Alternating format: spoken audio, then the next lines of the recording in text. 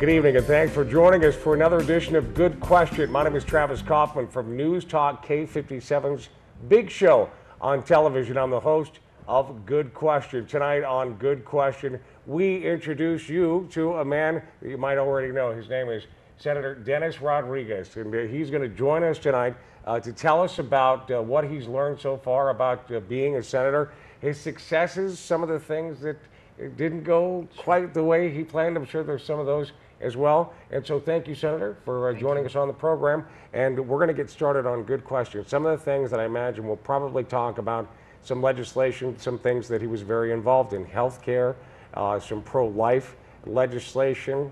Also recently got his first veto from the governor. How do you react to that? I don't know. I'm not a senator, but he is. And we're going to talk about it tonight on Good Question. Stay with us. Fox 6 takes Guam's #1 rated news and talk radio station, News Talk K57 to TV. Watch Fox 6 every weekday as our PNC cameras feature the live in-studio environment of The Breakfast Show with Ray Gibson, Patty Arroyo on the radio, and The Big Show with Travis Coffman on News Talk K57. Enjoy an entertaining televised look at Guam's most popular talk shows. Tune in to Fox 6 every Monday through Friday from 6 to noon, and then again from 4 to 6 to see what's on the radio. Help make a difference in our community and join the fight against crime. Tune in to PNC News every Wednesday night at 6 on ABC 7 and on Fox 6 at 7 p.m. for the Guam Crime Stoppers Crime of the Week. Each week, the Guam Police Department will highlight an unsolved crime, hoping you may have information relating to the case. Join Crime Stoppers Coordinator Officer Paul Tapao every Wednesday night on PNC News for the Guam Crime Stoppers Crime of the Week. Good evening and thanks for joining us tonight on Good Question. My guest, Senator Dennis Rodriguez Jr., and he is with us from the 31st Guam Legislature? 32nd. Time flies. That's right. When you're having fun. So welcome, Senator. Thanks so much for joining us here on the show. Thank you very much, Travis, for having me.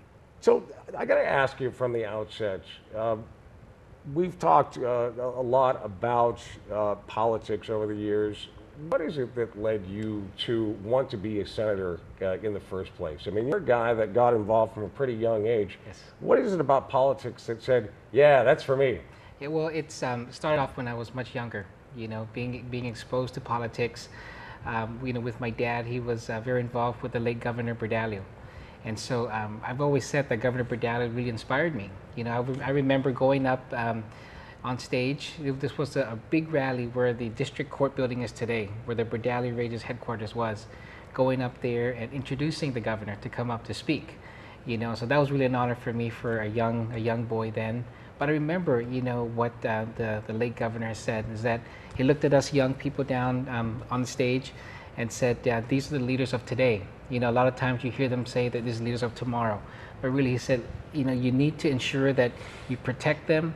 You need to ensure that you mold them now, because whatever we leave behind today is for them. We're going to make sure that this island is a special place.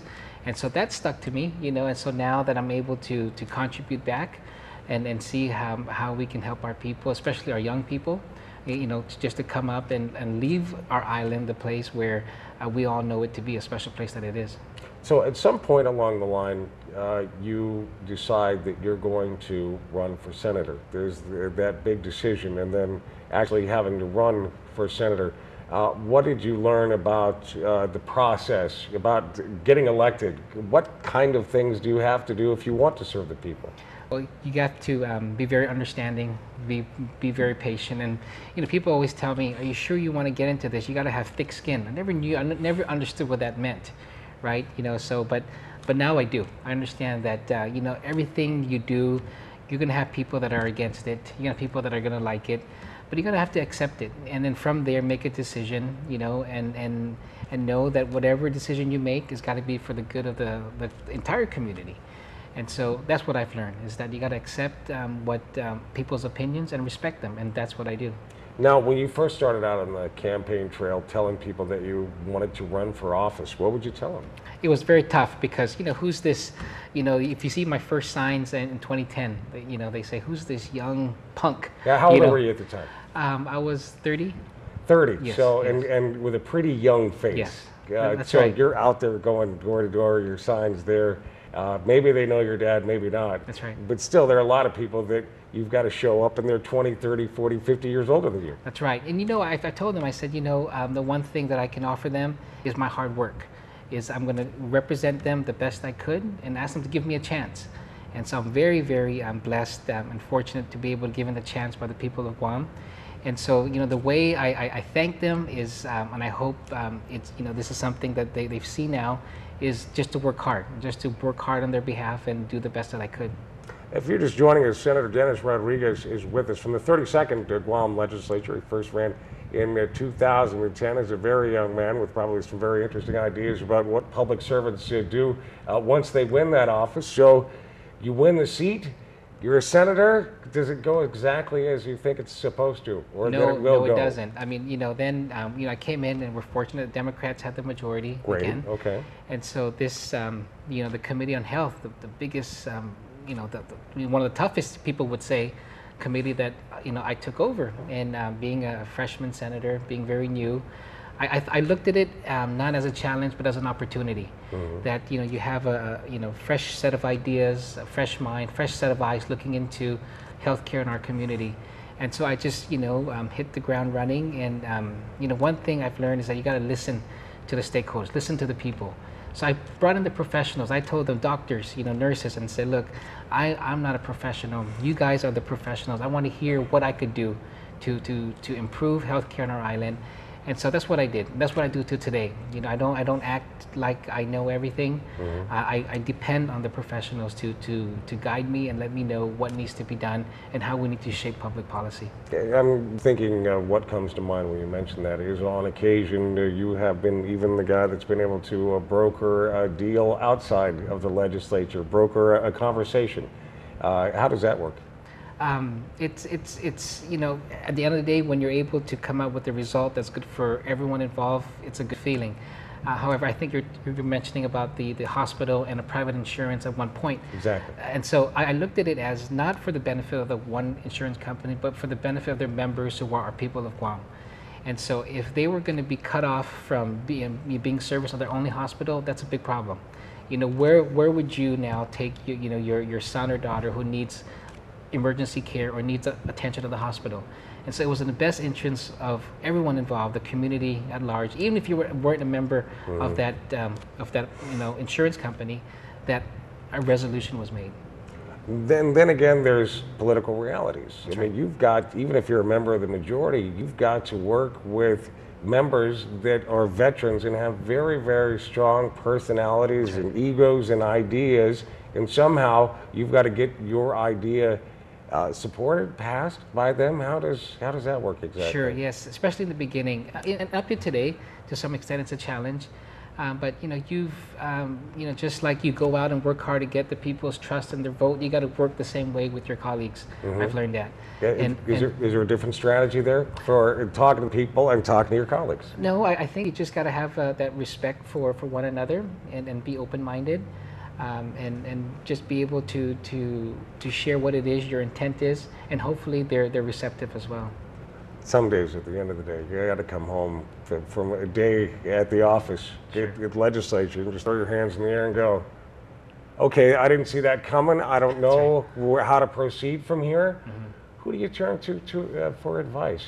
Well, the first and foremost, I turn to my God. You know, that's where I always find my sense of peace and my sense of hope is, you know, I turn to my God and ask for his intercession, his guidance. And believe me, I get it. You know, I just sit back and wait for that intercession, and I do get it. And that's how I live my life. Okay. Well, maybe some of the answers that he's provided along the way when you're sort of at loggerheads with other lawmakers, what kind of suggestions does he make? Well, you know, you just, you know, step back and say that prayer.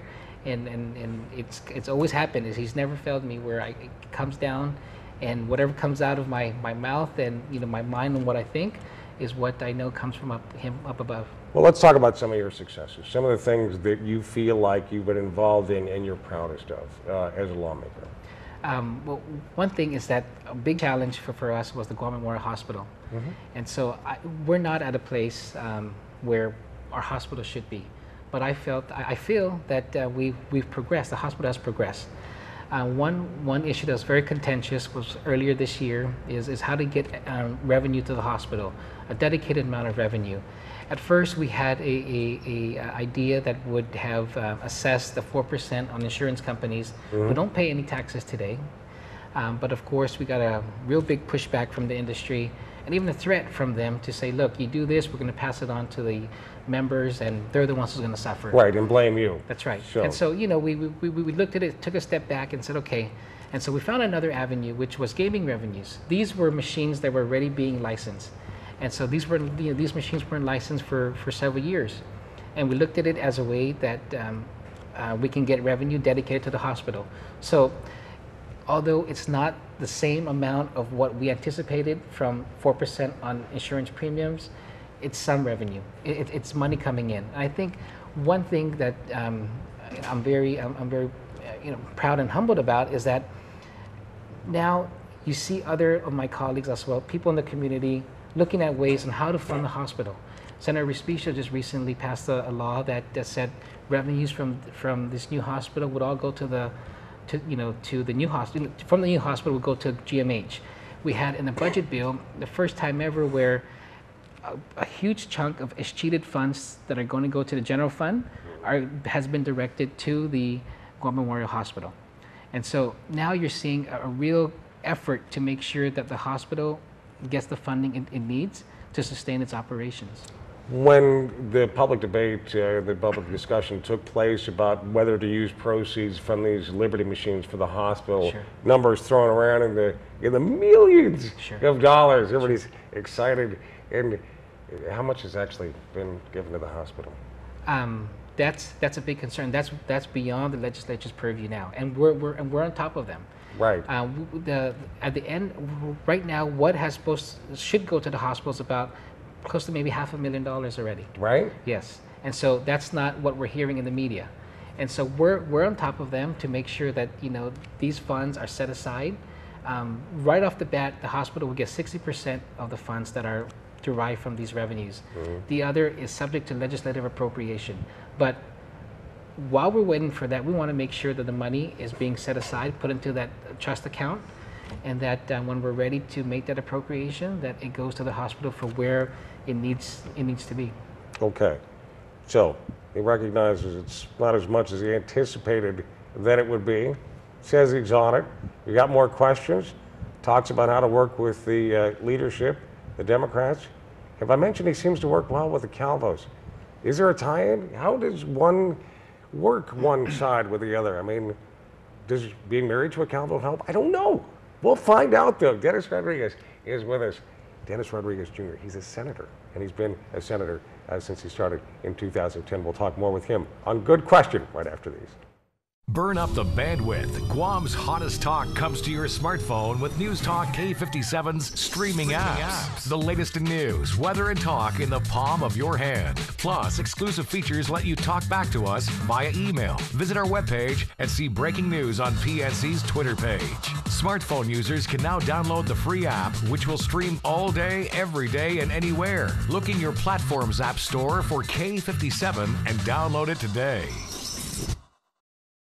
Good evening and welcome back to Good Question. I'm Travis Coffman from News Talk K57's Big Show, and I'm your host tonight along with Senator Dennis Rodriguez Jr. And when we went into the break, we were talking about the difference between what was expected and the difference between what is as far as revenues related to those Liberty gaming machines. Now, you were telling me that you were looking for revenues in the neighborhood of $1 million. What are you actually seeing? Well, we're seeing the numbers that we're getting from revenue tax that after November we should have over $500,000 already that should be set aside. However, what is being received by the hospital is slow. That's not the number that they're getting today. All right, what is it? Do you have any idea? No, I don't. And so that's the administration now that we're staying on top of to ensure that that these proceeds are put into account. and the 60% that the law says must go to the hospital for the urgent care operations should be turned over to them as soon as possible. Oh, okay. Well, it seemed to me that you were on the same page with the administration when it came to supporting this bill. Sure. In the first place, I think they'd be a little more forthcoming with the results of this bill. Well, we'll leave that alone for the moment and leave that to you and expect some news sometime in the future. But other things that you have worked with the administration on, and actually even with the rest of the legislature, the situation with the recent pro-life legislation, that's something that you have very strongly supported. Sure, yes. I'm very happy that one of our bills that would have corrected an impediment in an existing law that we passed last term has passed, was signed into law, and it will move that law forward, which is the informed consent law. And so that's something that I've been very strong about and passionate about. And so when it comes to protecting our children and protecting infants, I'll make sure that I stay on top of that as well. May I ask you why? Why is it a big deal for you? Why is this one of your issues? Sure. I think when we talk about life and protecting life, when you have the unborn, they have no voice. And so when I said earlier that I want to work on their behalf, represent them the best I could, I'm going to do that even for the people who are voiceless. And so that's a way that I think that we need to be. And so that's how I go about in policy when it comes to pro-life legislation. It received a significant amount of support in the legislature, and it also received support from the administration. Everybody seemed to be on the same page there. On other issues, you have sided with the administration early on. I mean, let's harken back to some of the early bond measures. This was a measure that you stepped way out of the shadow of the majority to support a position that was different from most of the members of the sitting majority in the legislature. Did that leave you feeling vulnerable? How does that make you feel as a relatively young senator? I came in to be a senator for Democrats and Republicans, and so when I serve the people of Guam. I look at an issue and I don't say, whether this is good for my party or for the other party. If it's good for the community, then that's how I'm gonna base my decision on. And so of course, there's that, you feel that strain, right? You feel that strain, but it's part of the job, and it's something that I must face. Sure. I mean, and that's an answer that sounds great on TV and on the radio to the people listening, but you've got to go back to caucus and you hear people go, "Dennis, you're killing me. That's right. What are you doing?" Right. How do you explain it to them? Well, we just have to have respect for each other, which my colleagues do. We have respect for each other, and so we just have to live by that. Okay. Now, does anybody ever accuse you of being a little pro-Calvo? Sure, a lot of times. Well, you're married to a Calvo. You've been married to one for a long time. Your lovely wife, Lena. That's right. We have 3 kids together. But really, it's not because of that. It's, if there's an issue that the governor, would support, that I support too, then if it's good for the people of Guam, then I'll support it. I mean, you mentioned earlier today that I saw my first veto. Let's talk about that. What happened there? Things seem to be going really well. That's and right. All of a sudden, veto. That's right. And so that's the nature of what we're in. I'm going to try to seek that override. That if I could. However, that veto was an export tax credit bill. Export tax credit. That's something you're going to have to break down a little bit. Sure, so I understand that would better. have promoted the export of made in Guam products, Guam product seal holders, and also for agricultural, corn and other products that can be sent off island. We know that through trade missions that GITA takes out to Hong Kong and other places, our products, our produce, are high quality, good products that are people in Hong Kong and other Asian countries are willing to take in. However, the biggest impediment we have is the shipping costs. And so in order to help with this, we looked into this tax credit program. that would give this tax credit to shippers that would send these products off island. So the cost would be down, and then we can be competitive. However, there was a concern that we were offering income tax as well for tax credits, and the veto had said that we're not allowed to do that.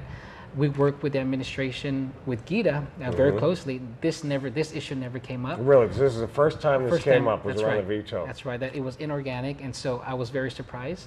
Yeah, I'll bet. And also, if you look at the legislation, we have a severability clause, and so if a part of the legislation is unenforceable, then it shouldn't affect the other operative sections of the law. And so I was hoping that they would have looked at that, but be it as it may, it's what it is today, and so we'll see what we can do to move it forward. Folks, so it's going to go back to the legislature, shop it around, and see if we can get an override. Either an override or reintroduce it, because I think it's a real good measure. Okay. Now, let's talk about what's ahead for you. Are you going to run for senator again? Yes, as of right now, yes, I plan to run for re-election. I get that feeling as I see your family waving at me from Route 4. They're like, hi, happy, whatever. Kind of like, hi. You're real good about that. Why do you put those signs up? Well, it's the very first time it was a way to get myself out there and just to greet the community, and so I thought, how can I greet the community, greet our people, by I can't reach everyone. I go canvassing, but can't reach everyone. So I said we'll do it this way. Okay, so you're going to definitely run for senator this time around, and do you plan to get most of the votes again? No, you know what? I'm gonna just continue working and ask the people if they could please give me their trust again, and if I make it, whether it's the top or if it's just 1 or 15 is what we ask for all the time. I hear you. Well, I mean, but you didn't finish 15. You finished right there at the top. And did you feel a little jilted not being chosen as part of the leadership? No. That's I know people think that because you were on the top you should have got something else, but no, I take things slowly. I want to learn as I go, and the opportunities will always come up. If it's meant to be, it's meant to be. If you're just joining us, Dennis Rodriguez Jr. is with us. He's a senator for the 32nd Guam legislature. Just talking a little bit about where he's been and where he's going in his career. Do you see yourself one day running for governor? It's crossed my mind. I think about it. I think about it. So that's not definitely a no, but it won't be this time. No, I don't see that coming this time. Okay, I mean, you're just hearing you talk about Governor Bordallo and just being inspired by him as a young man. It seems to me you thought about it then. Yes, I did. I mean, that's what I said back then. I said I'm going to be governor like him one day, because I knew when you hear about Governor Bordallo, you know that he was the guy that when he went somewhere, he saw something wrong. He made sure he carried a recorder with him to record everything he saw out on the road, out on the streets, to make sure he gets back to it, and so that's someone you want, taking care of our people, making sure that our island is what a special place that it is. I think that's the next question that I was getting to. What is a good governor? What defines a good governor? I guess someone that is responsive to the people, that respects the people, regardless of your party affiliation. And really it's just in tune with the people, and so after Governor Bordallo you have other good governors, and so that's it's great to have good leaders. Okay, well, I mean, the meetings in the person that delivers what's a good governor. Eddie Calvo, good governor, bad governor? I think he's a good governor. I think he's respectful to the people, yes. Okay. Carl Gutierrez, good governor, bad governor? He was a good governor as well. Good governor. Joe Adams, good governor, bad governor? He's a good governor then, and I think now when I see him, he's such a great guy. Felix Camacho, good governor, okay governor, bad governor? He was a 2-term governor, so he must have been a good governor. Dennis Rodriguez is with us this afternoon. Paul Calvo. I was still too young then, but when I see Governor Calvo now, it seems like a very, statesman. He's a good man, so I suppose he was a good governor. Well, I mean, if he's thinking about running for governor one day, you just need to get his views on other governors. Now, as far as senators, what do you see your goals as far as the remaining part of your term now, and what you'd like to do in the future as a senator? Well, now what I'm concentrating on is looking at the measures that we've passed in the first term and making sure that we follow up on it and it's being implemented the right way. We have a measure that we passed this year, which is a flood mitigation work. We set aside about $3 million to do some flood mitigation work around the island. In 2010, I believe, they did a study. It's going to cost about $150 million to do all the flood work around the island. And so this measure was the first from that, very small, from $150 million that's needed to this $3.2 million, I believe. And so we need to make sure that that's followed through. And so DPW is working very closely with me. Okay. And so we're making sure that that's happening. I'm interested more in that, and also related to something recently you've been involved in, and that is raising funds for victims of Typhoon Yolanda. And we'll talk about that in a moment. You're listening to Good Question. My name is Travis Coffman from News Talk K57's The Big Show. I'm a host, and we'll be back to wrap things up with Senator Dennis Rodriguez Jr. right after these. Help make a difference in our community and join the fight against crime.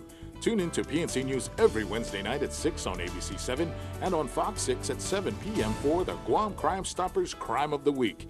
Each week, the Guam Police Department will highlight an unsolved crime, hoping you may have information relating to the case. Join Crime Stoppers Coordinator Officer Paul Tapao every Wednesday night on PNC News for the Guam Crime Stoppers Crime of the Week. I like that. Yeah, I like that. You gotta like that. What's not to like? Like. I like that. Ooh, I like. Oh, I definitely like that. That too. I like that one. I like it. Like, that's weird. I like this. Yeah. There's a whole lot of liking going on. That's right, we're too cool not to like. Like us on Facebook today. What do you like? I like it. I liked that yesterday. Welcome back to Good Question. My name is Travis Coffman, and I've had the great pleasure of having guest tonight, Senator Dennis Rodriguez Jr. with us here on the program, member of the 32nd Guam Legislature. We were talking about floodplain mitigation. Is that having to do with people's homes that flooded like during the last just series of really heavy rain this last season here on Guam? Yes, this legislation addressed some of those. It addressed also some problem areas up north. The Titano Street, right off Route 16, which was a very bad situation. Oh, yeah. Even not in a heavy rain, but just when it rains, it floods up real fast there. So I'm happy to report that DPW has actually put out an RFP already, and so the opening of that RFP is December 10th, and so work is going to be underway. Okay, I know a lot of homeowners are going to be pleased there. Now, talking about even more serious flooding, the wake of Typhoon Yolanda. You've been involved in a lot of fundraising efforts there. Just recently you announced a total, I saw, and I can't remember it off the top of my head, how much money were you able to raise? We've raised over about $35,000 so far, and so we just concluded a 5K, and so we're hoping to raise a lot more and make sure that these proceeds go to where it's needed back in the Philippines. Oh, okay. Now, where will you direct those funds to? Like which organization? Yeah, we've directed it to the Filipino community of Guam. So they're working with a nonprofit out of the mainland that ensures that whatever proceeds we turn over to them, they double it or even triple it in terms of the type of medical equipment and supplies that are given. Last question for you. You've got 3 beautiful children. Would you encourage any of them to get into politics? Is any of them interested in politics? I think my 7-year-old son, Dennis, is interested. But no, I like my daughter, she's graduating from high school.